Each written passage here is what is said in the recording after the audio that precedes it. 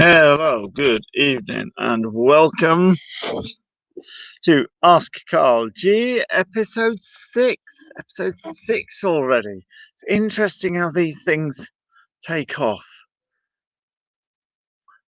So, I've got some good news and some bad news. Start with the bad news. Bad news is we had it was good news. We had a horse archery camp, and there was the most delicious elderflower cordial fizzy pop thing that we supplied, and there's only one left. I thought, when the camp finishes, I'm going to have loads of this beautiful elderflower pop to drink, and there's only one left. That's bad news. The good news is that there's one left. So that's me quite happy on this broadcast, having a lovely elderflower drink and reminiscing over a successful camp. Cheers. I've been in all day. I've been on the old computer working out the ins and outs of dispatching. Now I'm quite used to dispatching my books. I've got my system. Never done a Shopify shop before. For anybody who doesn't know, my horse went blind about a month ago, and I have expanded my empire into selling calendars, socks, drinks, self-labeled drinks. Beautiful glass blocks with a unicorn, all stuff to do with Luminoso, the horse that went blind. He's doing quite well, thank you for everybody who's asking. And so we sold some stuff, and thank you very much for everybody who's bought it. And if you want to see what we've got for sale, then you can go on the Luminoso Collection Shopify store. Yes, so obviously they arrange things differently, and I've been in there all afternoon. I couldn't work out where the export of the data was. I couldn't work out how to get that to integrate with the Royal Mail Service, and poor me. And finally, I think I've more or less sussed it. Without a doubt, I am going about it in an ineffective way. Of course I am, because I'm only just starting, because I'm learning. There we are. Because I'm doing a little thing called trying. And some things I try work, and some things I try don't work. And that's absolutely fine. And I'm pleased to say that you're all watching me trying. And you don't think any worse of me for trying something new. But the amount of people who can't bear to be seen to try, even more can't bear to be seen to fail, and it stops them from getting on their horses, stops them from getting on and starting. You might have the goal that in 3 years' time you're going to do this particular adventure, this activity, this event. And because you don't want to be seen, if it's jumping, for example, because you don't want to be seen walking over the poles to start off with, it never gets gone. And this is a super example. And here I am in public doing it. A super example with this Shopify store. Now, I've got on all right with Facebook. I've met most of you through Facebook. I'm now using this StreamYard thing because it automatically goes to YouTube. So I'm starting to know YouTube in a relatively painless fashion. And apart from that, and I don't work with iPads or Macs and that just because I didn't develop on them. Because of that, I don't particularly have much truck with iPhone, iTunes, and iShop, and Spotify, and until recently Shopify, and they just sort of passed me by, and it didn't really matter. So then it came to the point where I'm now spending quite a lot of time today not really tearing my hair out because I'm quite used to these processes now, but going through not a stressful time, but going through a difficult set of puzzles and frustrations, and everything you get when you start trying to use computers and trying to work out this, that, and the other. So I went through all the normal set of frustrations, and there we are. I've sussed it out now, so you can all look forward to getting your your Luminoso collection stuff this week. Thank you very much for, apart from the calendars, which are going to take about 6 weeks, apparently. So, yes. So my point is, I didn't enjoy it. And my other point is, I've been knowing that eventually I would have to do a Shopify store or electronic store, because that's what our show, for example, is like a rock band, I suppose. You know, it has fans, it has people wanting us to sign things and stuff like that. So the Jigitovka t-shirt's quite in demand. So I've always known I am going to have to open an electronic store at some point. And for 2, 3, 4 years, I've been hearing this Shopify thing and occasionally looked at it and thought, don't know what they're talking about, and backed off.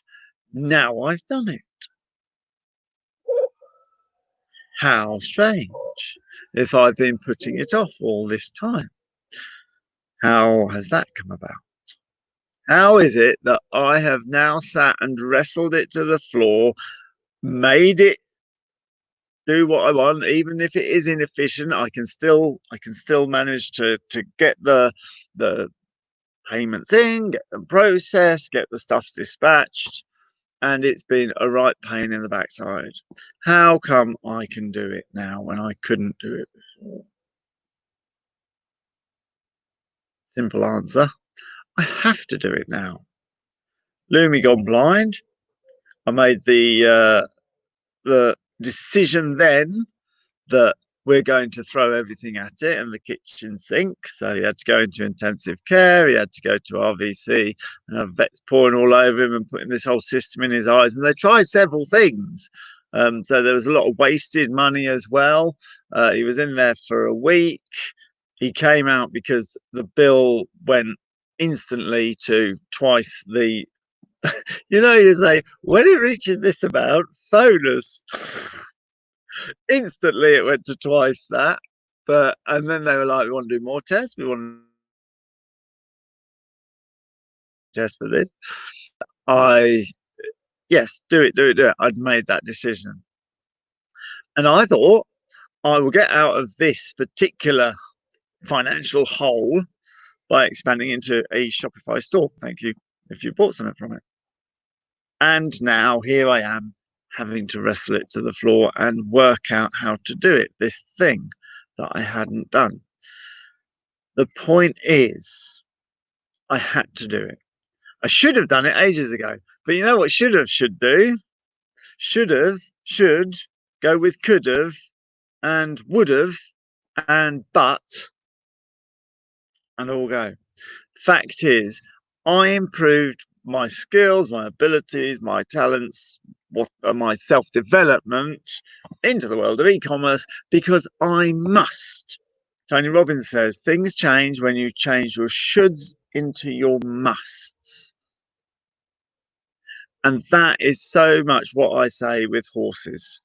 To get onto the subject, you might have thought, what on earth is he waffling on about? Why should I care about this? I wanted to listen about horses.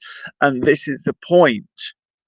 If if the why is big enough, then the how is easy. If the goal is big enough, strong enough, then the how is easy. If the goal pulls you past all the pain, the goal of fixing Lumi pulled me past the pain of having to learn a new system, having to do things wrong, maybe running the risk of having to email people personally and waste hours going, I'm sorry, your order isn't going to arrive now because I've mucked up the Shopify thing, or the printer's saying that it can't, or whatever, the usual things was the pain. The fact that I'm a showman. Secondly, I'm a horseman. You put hay in one end, something else comes out the other end, and that's about my level of it. And now I had to sit down and deal with the pain of frustration. if the why is big enough, the how is easy. So if the why is that you want to do right by your horse, that you want to be generous to your horse, that you don't want to display unfair behavior to your horse and leave it not understanding the world and not being trained and running the risk of going from home to home to home to home if you don't have it anymore, and not being fair to your horse by not taking the bite sizes and then just and getting scared by a tractor and the horse is bolting and now we're all in trouble and all that. If you want to avoid all that pain, and the why is what I could do is start a sensible lesson program, which means I have to get up at 5:30 for the next 12 weeks. If you have to get up at 5:30 for the next 12 weeks, make sure that you do 40 minutes on your horse in tiny bite-sized pieces, walking over the jump holes and then finally bringing them up to ankle height or whatever it is that you want to do. If the goal is big enough, how is easy? I just sat there today as I sussed out how these computer platforms worked and thought, this is what I'm doing. Now, it's easy for me. My work is horses. So I find that easy.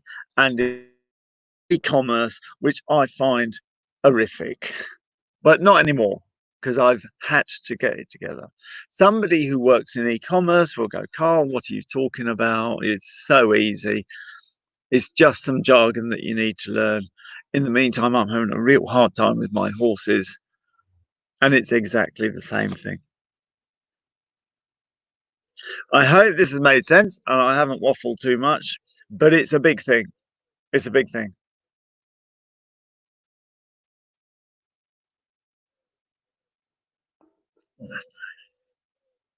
So I'm just going to have a quick read through the comments and see if this has hit a chord with anybody or even hit a nerve. I nearly said hit a nerve. Why have hit a nerve? Why? Shut up. Okay, so if you'd like to join the show, if you'd like to join in and ask a question, click here.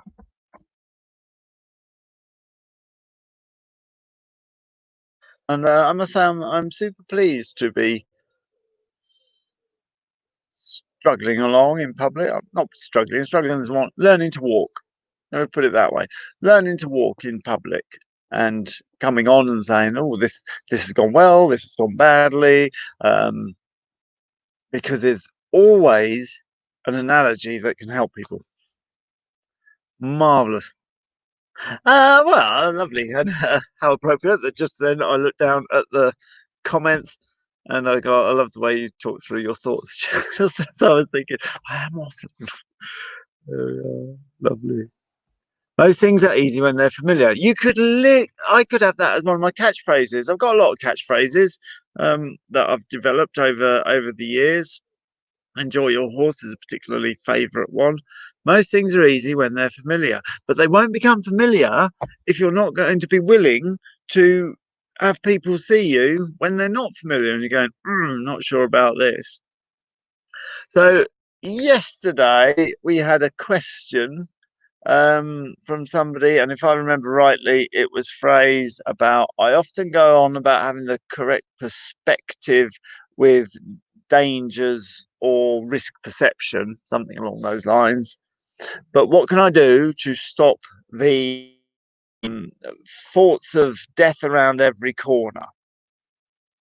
Which I thought was a fair enough question, a very common question. So while I just quickly look through these comments, I'm going to put it out to you. People who've done the Mounted Division Rider Confidence course, people who've done the Rider Confidence course here, people who have listened to my talks, people who've read my books, people who've watched my videos.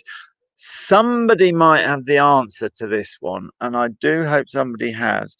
So if you know the answer to that question, so it's in two parts. One is risk perception, and the other is constantly thinking the worst. So, risk perception is whether what you are doing is dangerous or fearful. Danger is real and fear is an option. Fear is an opinion, danger is real. So that's the answer to the first half. So I've answered that for you. But to the second half, what can you do when you're thinking that death is around every corner? So I'm just going to leave that to you. Danny, I'm going to be with you in a minute. Your picture isn't coming on. So if you just fix that while I quickly look through these comments.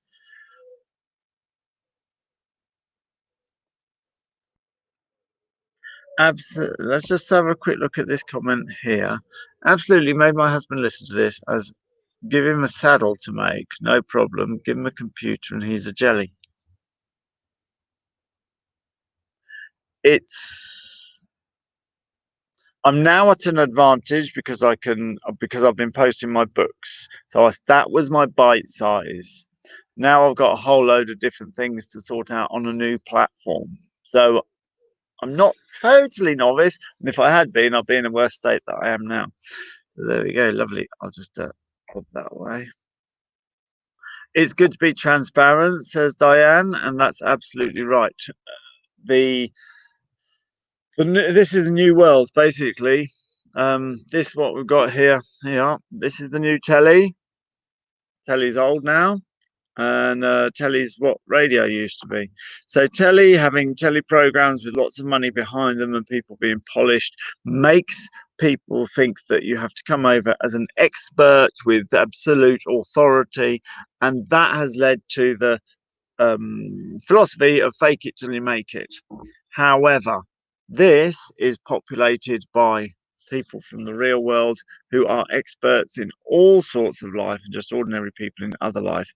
And fake it till you make it on this doesn't work because we're all on this. We're all doing broadcasts. We're all doing Zooms. We're all watching many people. And we know that Instagram is the very best part of yourself that you can put across. And we know that the lives on Facebook that people put on aren't the lives priority. And it's coming out now in this world of fake news, fake photographs, fake videos, stuff you can actually see and you don't believe it, that authenticity is becoming an actual commodity. To be authentic in your broadcasts, in your marketing, in your business, in your YouTubes, the way you put yourself across is a commodity, far more than fake it till you make it. So Diane says it's good to be transparent. And in my line of work, telling people that, look, hey, I'm just an ordinary chap who happens to ride horses and I have the same problems as everybody else. And this is how I've dealt with them over the years. And I've studied psychology and I've studied this and this works. Is just fantastic. So, yeah, I hope I always will be transparent. Danny, you disappeared. Okay, lovely. I'm just going to. Interesting. Lockdown has forced me to use Microsoft Teams and change how I work. There's been a lot of change. We're all getting ready to wear masks. Is it Monday we've got to wear masks in shops? Good evening, good evening, good evening. Necessity made you do.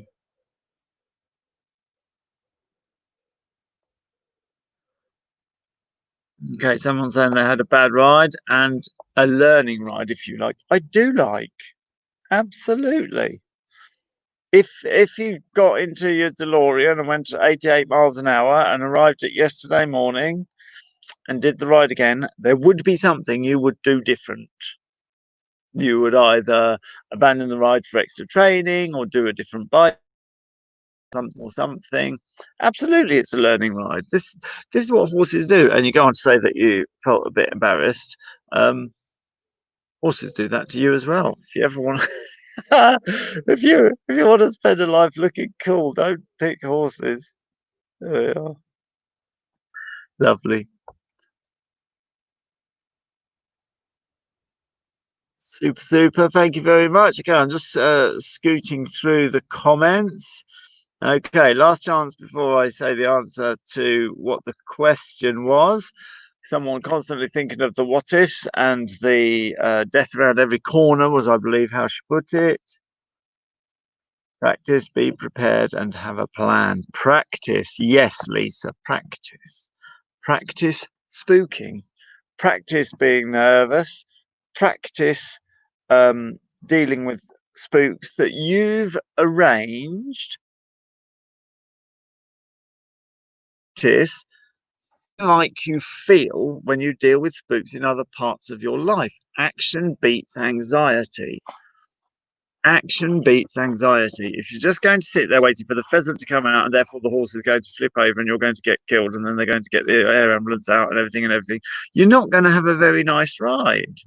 And you need to get those thoughts out of your head. So if you don't think of what you don't want, you can only do that by thinking about what you do want. And instead of spending your time thinking, what if he flips at this bin, and what if I fall over on the road and then the horse runs off and I'm just left there and I'm injured and there's no one to find me and all. Yes, you can think that if you want, but you don't think it in other situations. Or if you do, then you do a plan of action to sort out. You don't think it in your work. Probably in your work, you're constantly, the phrase is putting out fires. Right. You think, what if this happens? Right. If this happens, then we do that. And you've got other areas of your life in your work or whatever it is where if this happens, then we do that. So what we're going to do is we're going to swap what if into if then. If I start to worry about what's around the corner, then I am going to think about what I do want absolutely. But we have to do this in bite sizes. So how do we do it in bite sizes? In one of them. I'm not pointing to the tent. I'm pointing to the arena. Get in the arena, and as Lisa said, practice dealing with spooks. If you're going to constantly worry about what's a danger that's around the corner, practice dangers around the corner, but in bite sizes that you can do. So if I was to say to you, right then, what we're going to do is we're going to put on our wet weather gear, get into the arena there, set a garden sprinkler going, and you're just going to ride straight through it. If it starts to worry that the sprinkler's making noises and spitting and shining funnily on the light, then I want you to just drive on and go straight through it. You'd probably think, he's gone a bit far now. I think he thinks I'm more than I am. But if I said we're going to do that in a year, suddenly it's like, well, I probably could. If you started off with your garden sprinkler over there, around and around in the arena, and that's your bite size, and then the next time it's a little bit closer, and the next time it's a little bit closer. What we're doing, I'm sure you'll recognize, is a desensitization session for the horse, but it's also a desensitization session for you. You've said that you're worrying about the spooks, so we'll just have a little spook that we could worry about if we wanted to, but it's all the way over there. And when I ask my mate Dave to turn the tap on, I'm going to think seriously about what I do want. And what do I want? I want the perfect figure eight, the perfect circle, the perfect spiral, the perfect transition, the perfect, absolutely riding like a superstar. My instructor would be proud. And at some point, oh, he's turned it on. Didn't even notice.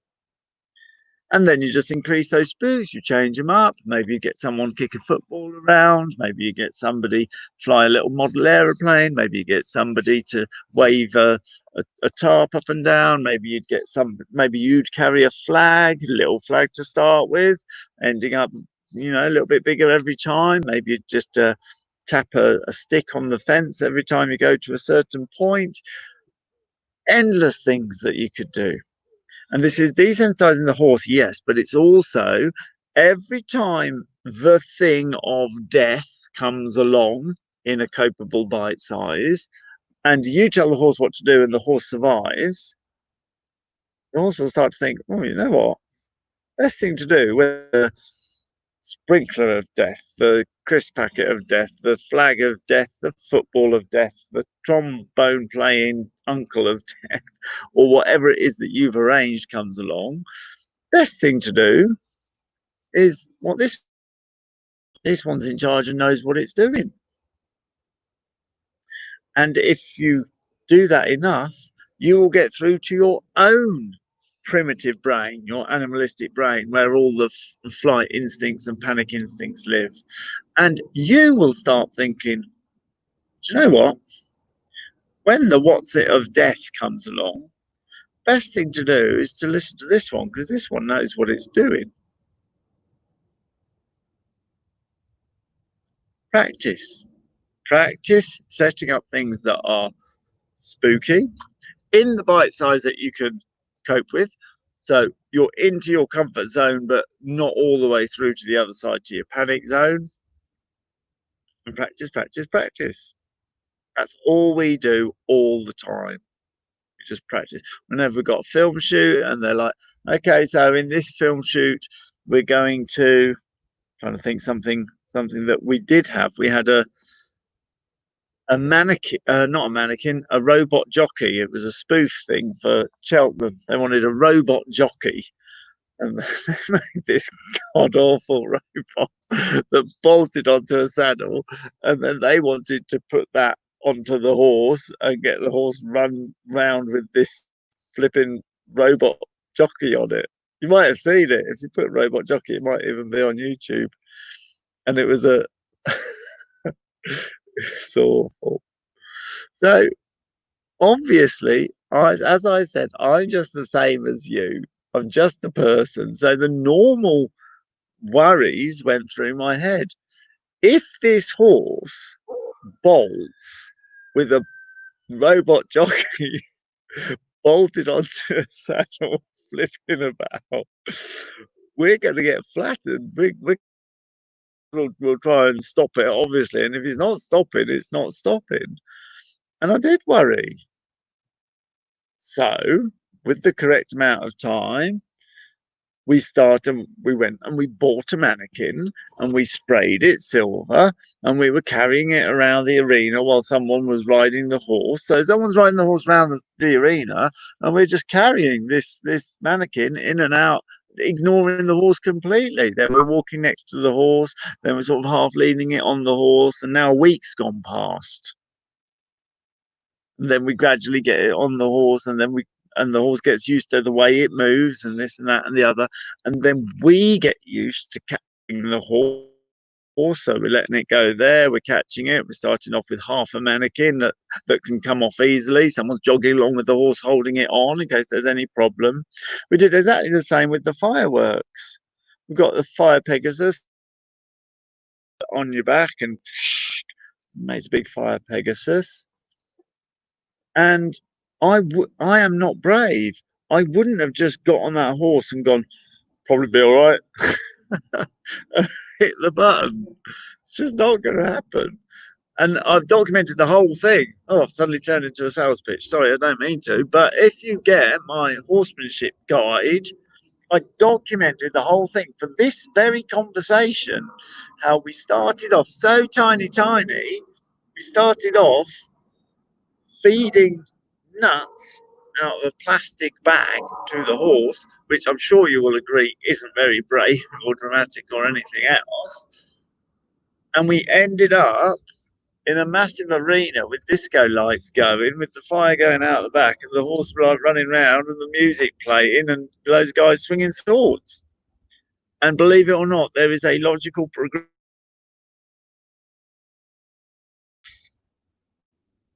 The answer is practice.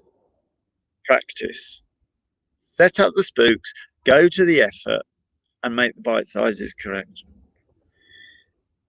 There we are. I'm just going to quickly read through the speech. If anyone's got a question, if anyone wants to join on, oh, Jeanette, this was your question from yesterday.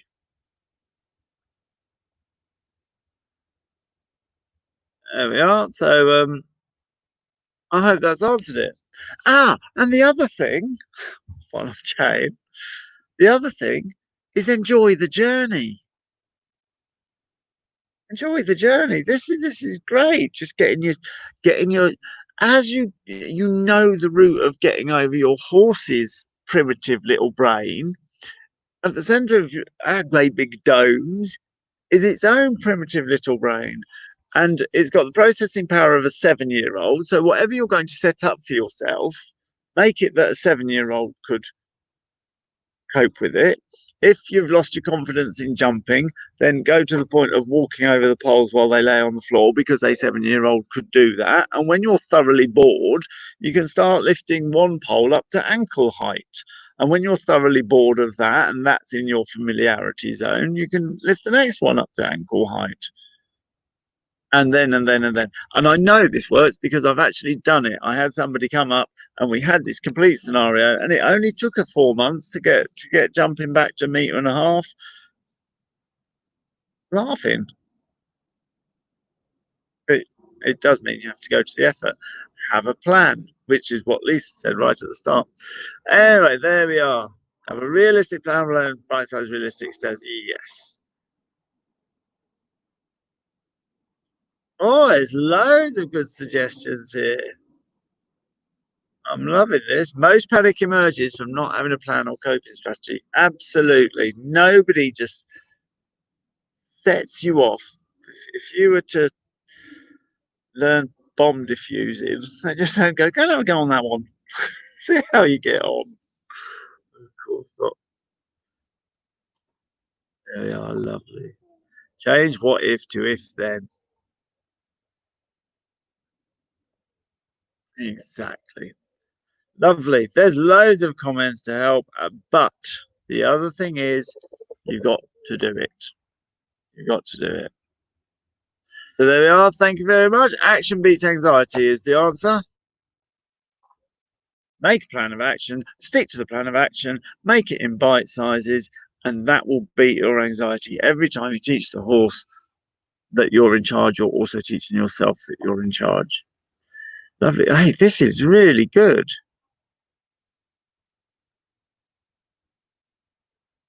Brilliant. Really good. Right. I started a lovely little conversation then. Carry on. If you're watching on replay, don't duck out, because there's going to be lots of people watching this on YouTube in the future. And if you've got something to say, stick it in the comments, and I'll see you all tomorrow. Thanks very much. Thanks for listening. Bye.